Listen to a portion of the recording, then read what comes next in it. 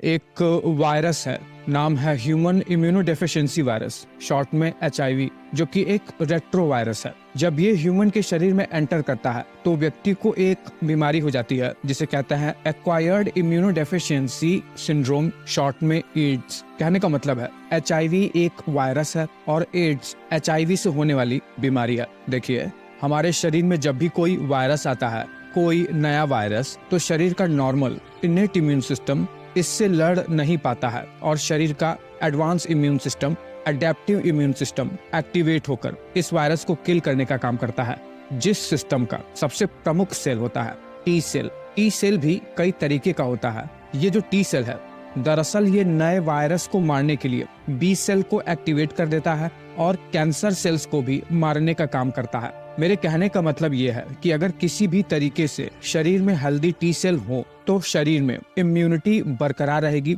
शरीर स्वस्थ रहेगा, कोई इन्फेक्शन नहीं हो पाएगा आसानी से। जब भी किसी व्यक्ति के शरीर में HIV वायरस एंटर करता है तो ये immune cell white blood cells को टारगेट करना शुरू कर देता है, इन्हें किल करना शुरू कर देता है, खास तौर पर इस टी सेल को। सबसे पहले तो जैसे ही ये ब्लड में आया, टी सेल के अंदर घुसकर इनके जेनेटिक मटेरियल को ये हाईजैक करने लगता है, अपनी बहुत सारी कॉपीज बनाना शुरू कर देता है। और जब ये वायरस टी सेल को लीव करता है बहुत सारी कॉपी को बनाने के बाद, तो ये अपने पीछे टी सेल को डैमेज छोड़कर जाते हैं। ये इतने योग्य रह ही नहीं जाते हैं कि शरीर की रक्षा कर सके, और एक समय ऐसा आता है कि टी सेल हमारे ब्लड में बहुत ही कम हो जाते हैं। बस ऐसा करके ये वायरस पूरे शरीर के इम्यून सिस्टम को ही कमजोर कर देते हैं, इतना कमजोर कि एक साधारण सा इन्फेक्शन भी शरीर हैंडल नहीं कर सकता है, और बहुत ही गंभीर कई सारे इन्फेक्शन होने लगते हैं शरीर को, जिसे अपॉर्चुनिस्टिक इन्फेक्शन कहते हैं। जैसे ब्रेन के इन्फेक्शन होने लगेंगे, मेनिंजाइटिस, एंसेफेलाइटिस, न्यूमोनिया जैसे बाकी के लंग के इन्फेक्शन,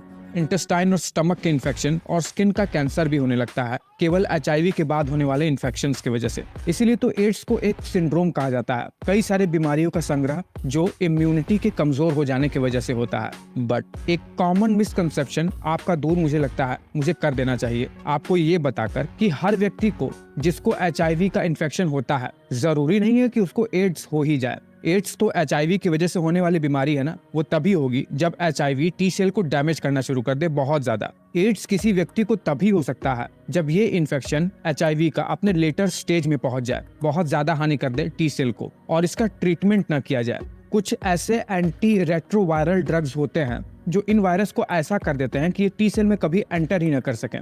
अगर पहले ही इसे जांच कर मेडिकेशन चालू कर दिया जाए तो व्यक्ति को एड्स नहीं होता है और वो अच्छा खासा लाइफ जी सकता है।